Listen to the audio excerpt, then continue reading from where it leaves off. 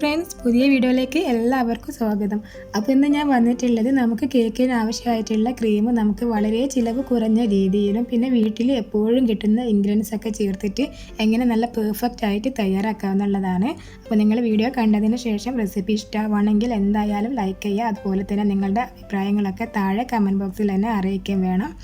അപ്പോൾ നമുക്കിനി ഇതിലേക്ക് ആവശ്യമായിട്ടുള്ള ഇൻഗ്രീഡിയൻസ് ഒക്കെ ഒന്ന് കാണാം. അപ്പോൾ ഇതിനായിട്ട് ഞാനിവിടെ എടുത്തിട്ടുള്ളത് ഒരു അരക്കപ്പ് പഞ്ചസാരയാണ്, പിന്നെ 2 എഗ്ഗ് എടുത്തിട്ടുണ്ട്, 1/4 ടീസ്പൂൺ അളവിൽ ഉപ്പാണ്, 1/2 ടീസ്പൂൺ അളവിൽ വാനില എസൻസ്, പിന്നെ ഒരു നാരങ്ങയുടെ പകുതി. അപ്പോൾ ഞാനിതാ ക്രീം ബീറ്റ് ചെയ്യാനുള്ള ബൗൾ ഇവിടെ എടുത്തിട്ടുണ്ട്. നിങ്ങൾ ബൗൾ എടുക്കുന്ന സമയത്ത് അതിലൊട്ടും തന്നെ വെള്ളത്തിൻ്റെ അംശം ഇല്ലാന്ന് ഉറപ്പ് വരുത്തണം. നല്ല ഡ്രൈ ആയിട്ടുള്ള ബൗൾ തന്നെ എടുക്കുക. ഇതിലോട്ട് നമ്മൾ എടുത്തിട്ടുള്ള എഗ്ഗ് പൊട്ടിച്ചിട്ട് അതിൻ്റെ വൈറ്റ് മാത്രമാണ് ആഡ് ചെയ്ത് കൊടുക്കുന്നത്. അതായത് നമുക്കിതിലേക്ക് യോക്ക് ആവശ്യമില്ല കേട്ടോ, വൈറ്റ് മാത്രമേ ആവശ്യമുള്ളൂ. അപ്പോൾ അതുകൊണ്ട് തന്നെ നമ്മൾ 2 എഗ്ഗിൻ്റെയും വൈറ്റ് നമുക്ക് സെപ്പറേറ്റ് ചെയ്തിട്ട് ഈ ബൗളിലേക്കൊന്ന് ആഡ് ചെയ്ത് കൊടുക്കാം. അപ്പോൾ എഗ്ഗ് ചേർത്ത് കൊടുക്കുന്ന സമയത്ത് റൂം ടെമ്പറേച്ചറിലുള്ള എഗ്ഗ് തന്നെ എടുക്കണം. ഫ്രിഡ്ജിൽ നിന്ന് എടുത്തിട്ടുള്ള എഗ്ഗ് യൂസ് ചെയ്യരുത് കേട്ടോ. അതുപോലെ തന്നെ എഗ്ഗിൻ്റെ യോക്ക് തീരെ ഇതിലേക്ക് വീഴാതിരിക്കാനായിട്ട് നിങ്ങൾ നോക്കുക. അതുപോലെ തന്നെ നമ്മുടെ കയ്യിലൊന്നും വെള്ളം അങ്ങനെയൊന്നും ഇതിലേക്ക് ആവാതിരിക്കണം. അങ്ങനെ അതിൽ നമുക്ക് ആ ഒരു ക്രീം കറക്റ്റ് സ്റ്റിഫായിട്ട് കിട്ടില്ല.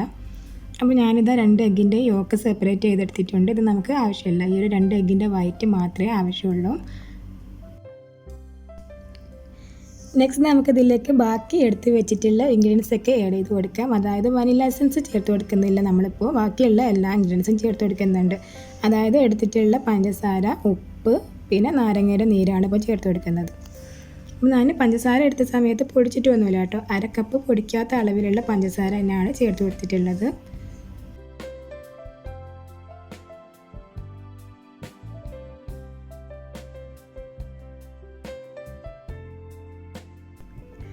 അപ്പോൾ ഒരു പകുതി നാരങ്ങേൻ്റെ നീര് കൂടെ ഞാനിതിലോട്ട് ചേർത്ത് കൊടുക്കുന്നുണ്ട്. അപ്പോൾ നാരങ്ങ എടുക്കുന്ന സമയത്ത് റൂം ടെമ്പറേച്ചറിലുള്ളത് തന്നെ എടുക്കാം കേട്ടോ, ഫ്രിഡ്ജിൽ നിന്ന് എടുത്തിട്ട് നിങ്ങൾ ചേർത്ത് കൊടുക്കരുത്.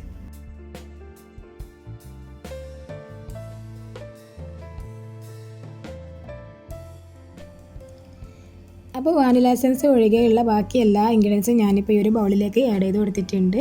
ഇനി ഇതുപോലെയുള്ള ഒരു ഫോർക്കോ അല്ലെങ്കിൽ ഒരു സ്പൂണോ വെച്ചിട്ട് നമുക്കിതൊന്ന് ജസ്റ്റ് മിക്സ് ചെയ്തെടുക്കാം.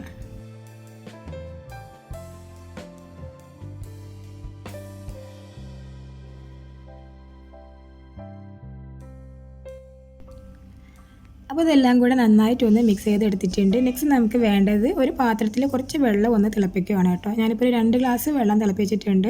ഇതിലോട്ട് നമ്മുടെ എഗ്ഗിൻ്റെ മിക്സ് ഒന്ന് ഇറക്കി വെക്കുക. അതിനുശേഷം ഒരു 2 മിനിറ്റ് കൂടെ ഇതൊന്ന് ജസ്റ്റ് ചൂടാക്കി എടുത്താൽ മാത്രം മതിയാവും. 2 മിനിറ്റിൽ കൂടുതൽ നമ്മളിത് ചൂടാക്കി എടുക്കാനേ പാടില്ല.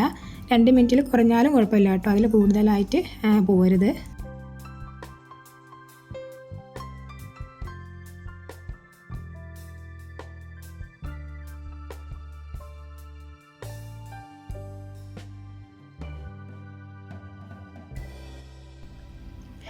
അപ്പോൾ ഇത് 2 മിനിറ്റ് ആയിട്ടുണ്ട് കേട്ടോ, ഞാനിത് ഓഫാക്കുകയാണ്. ഈ ഒരു കൺസിസ്റ്റൻസിയിലാണ് കേട്ടോ ഇതിപ്പോൾ ഇരിക്കുന്നത്. പഞ്ചസാരയൊക്കെ നന്നായിട്ട് തന്നെ മെൽറ്റ് ആയിട്ടുണ്ട്.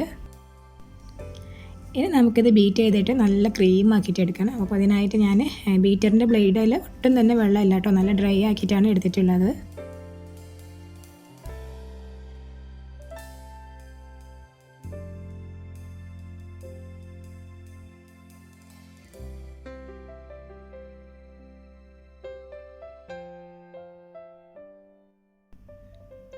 അപ്പോൾ ഇതൊരു മിനിറ്റോളം ഞാനിപ്പോൾ ബീറ്റ് ചെയ്ത് എടുത്തിട്ടുണ്ട് കേട്ടോ. നന്നായിട്ട് തന്നെ പതഞ്ഞ് വരുന്നുണ്ട്. ഈ ഒരു സമയത്ത് നമ്മൾ നേരത്തെ മാറ്റി വെച്ചിട്ടുള്ള നമുക്ക് വാനില എസൻസ് ചേർത്ത് കൊടുക്കാം. ഞാനൊരു 1/2 ടീസ്പൂൺ അളവിലാണ് വാനില എസൻസ് ചേർത്ത് കൊടുക്കുന്നത്. അപ്പോൾ ഒരു വാനില എസൻസും പിന്നെ നമ്മൾ ചേർത്ത് കൊടുത്തിട്ടുള്ള ലെമൺ ജ്യൂസും ആയതുകൊണ്ട് തന്നെ ഒട്ടും തന്നെ എഗ്ഗിൻ്റെ ഒരു സ്മെല്ല് നമ്മുടെ ഈ ഒരു ക്രീമിന് ഉണ്ടാവില്ല. നല്ല ടേസ്റ്റി ആയിട്ടുള്ള ക്രീമാണ് ഉണ്ടാവുക. അപ്പോൾ നിങ്ങൾ എന്തായാലും വാനില എസൻസ് ചേർത്ത് കൊടുക്കാൻ മറക്കരുത് കേട്ടോ. വാനില എസൻസ് ചേർത്ത് കൊടുക്കുന്നത് കൊണ്ട് തന്നെ ഒരു ക്രീമിൽ നമ്മൾ ടേസ്റ്റ് ചെയ്യുന്ന സമയത്ത് ആ ഒരു എഗ്ഗ് കൊണ്ടാണ് നമ്മൾ ക്രീം തയ്യാറാക്കിയിട്ടുള്ളതെന്ന് മനസ്സിലാവുക പോലും ഇല്ല. അപ്പോൾ ഒരു 5 മിനിറ്റ് കൂടെ കഴിഞ്ഞപ്പോൾ ആ ക്രീം ഇപ്പോൾ നന്നായിട്ട് തന്നെ സ്റ്റിഫായിട്ട് വരുന്നുണ്ട്. ഇനി നമുക്ക് ബീറ്ററിൻ്റെ സ്പീഡ് പതുക്കെ കുറച്ചിട്ട് അങ്ങ് ഓഫാക്കിയേക്കാം.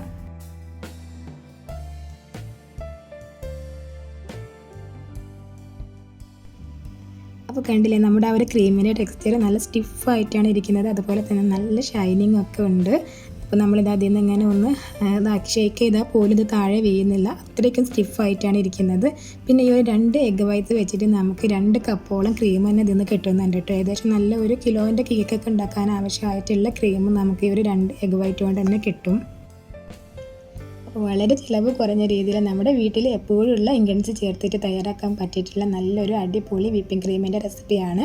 അപ്പോൾ എന്തായാലും ട്രൈ ചെയ്ത് നോക്കിയിട്ട് നിങ്ങളുടെ അഭിപ്രായങ്ങളൊക്കെ താഴെ കമൻറ്റ് ബോക്സിൽ തന്നെ അറിയിക്കുക. വീഡിയോ നിങ്ങൾക്ക് ഇഷ്ടപ്പെട്ടിട്ടുണ്ടെങ്കിൽ ലൈക്ക് ചെയ്യുക, സബ്സ്ക്രൈബ് ചെയ്യുക, പിന്നെ കൂടെ കാണുന്ന ബെല്ലൈക്കണും പ്രസ് ചെയ്യുക കേട്ടോ. നെക്സ്റ്റ് നല്ലൊരു വീഡിയോ ആയിട്ട് കാണാം. അതുവരേക്കും ബൈ, താങ്ക് യു.